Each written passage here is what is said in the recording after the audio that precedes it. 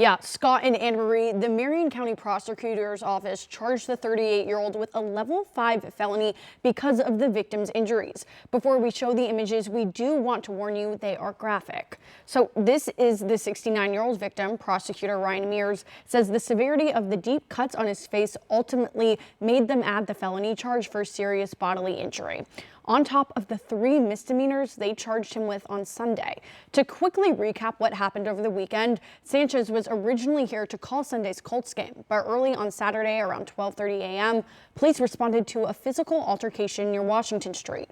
Police say in an alley between the Westin Hotel and Marriott, Sanchez, who in a police report was described as drunk, approached a 69-year-old man who was working. This man was taking cooking oil from the hotel and loading it onto his truck. In the police report, Sanchez allegedly told the man he couldn't park there. Police say several surveillance videos caught the situation escalate from there, leaving the 69-year-old with the severe cuts on his face and Sanchez with stab wounds. Now, Sanchez was arrested on Sunday and didn't call the Colts game. Prosecutor Ryan Mears says they are still working on this developing case. We are still in the early stages of this investigation. Chief and his team have a number of search warrants that are still outstanding. They're still tracking down additional information.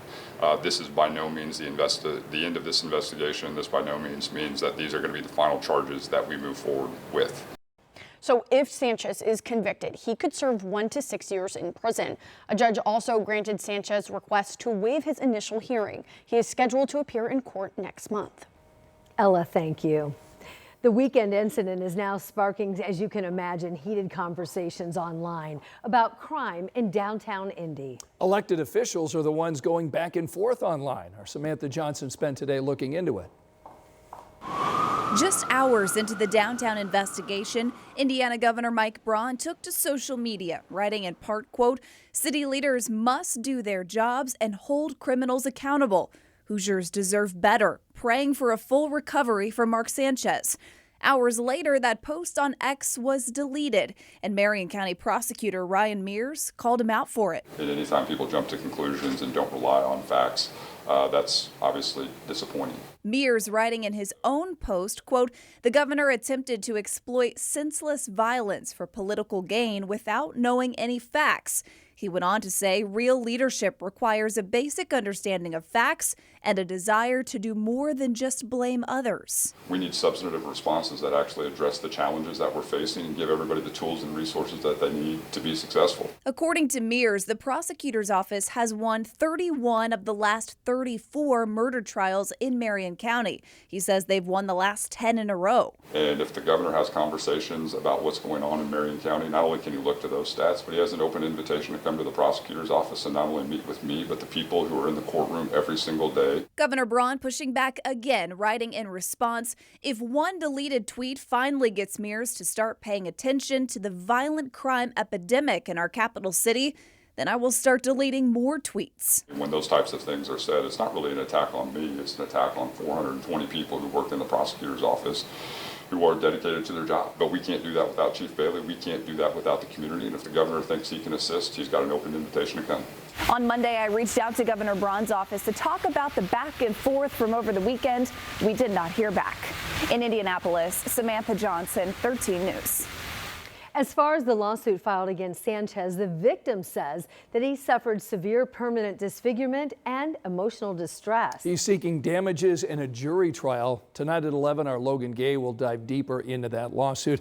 We've been covering this story since the news first broke on Saturday morning. We'll continue to keep you updated on the latest developments in this investigation. Rob, we've got some rain to talk about, don't we? Yeah, we've definitely got cooler temperatures as well, thanks to some scattered showers. Take a look at radar right now. I am keeping an eye on the fact that some of these showers are, one, expanding in coverage, but we're also starting to see a few of these returns get a little bit stronger. That's good news. I'd like to see more rain, but I think we're going to definitely see some areas that pick up very little. The bulk of the rain is actually going to be farther to the south. Now, I've been watching the radar trends. Parts of southern Illinois are starting to show up on radar with higher returns than maybe the models are picking up. The reason I'm mentioning that is because once the front moves through, and it's way back to the west, that may help to increase our rain chances a little bit more than perhaps some of the models have been guesstimating. I think some of the southern parts of Indiana are going to pick up the most rain. I'll talk about exact totals for what we could see in central Indiana, and I'll talk about what happens after the front moves through. That's coming up. All right, we'll see you in a little bit, Rob. Thanks so much. Tonight at 6, city county councilors expected to vote tonight on budget proposals from several city organizations. One of those being funding for our police, IMPD, for the next fiscal year. Our Alex Almanza joins us live outside the city county building, where that meeting is scheduled to get underway in just about an hour from now. Hi there, Alex. Hey there, when Mayor Joe Hogsett first introduced the budget back in August, he called it, quote, especially difficult, citing financial pressures regarding Senate Bill 1.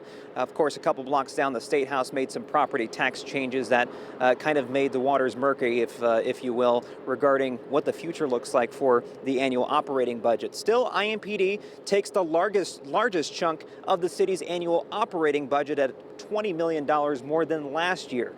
But here's how it all breaks down. The plan would bring IMPD's total funding to over $358 million, covering 3 new recruit classes next year, plus new technology like license plate readers and city cameras. It also funds labor contracts, targeted enforcement units, and the Indy Peace Fellowship and community crime prevention grants. City leaders point out to Indy's homicide rate, which has dropped nearly 50% since 2021.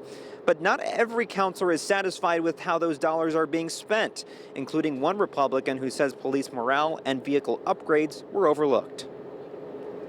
We've got to do anything we can to try and retain and recruit officers, and those cars are their offices. And if we're doing anything to hurt the morale of police officers, it's going to hurt the public safety for Indianapolis. Hart says he plans to keep pushing for those vehicle upgrades when the council revisits finances in the spring. But tonight, his focus is on a separate amendment, which would shift $2 million away from OPHS, the Office of Public Health and Safety, toward forest preservation initiatives. All right, Alex Almanza reporting for us downtown tonight at the CCB. We'll have a recap of that meeting tonight here on 13 News at 11. It is a packed agenda for that meeting tonight. There are several other issues that are going to be expected to be discussed tonight in addition to the budget.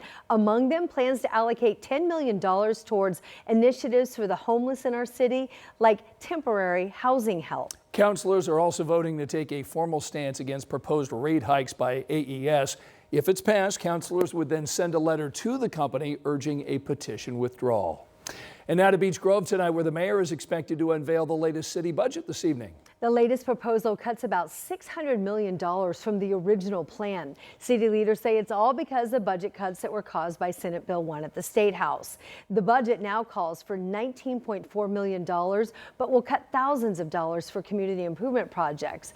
Things like repairs to the sidewalk and plans to upgrade Hannah and Arlington Avenues. That council vote is set to vote on the proposal yet tonight. We'll have results for you at 11.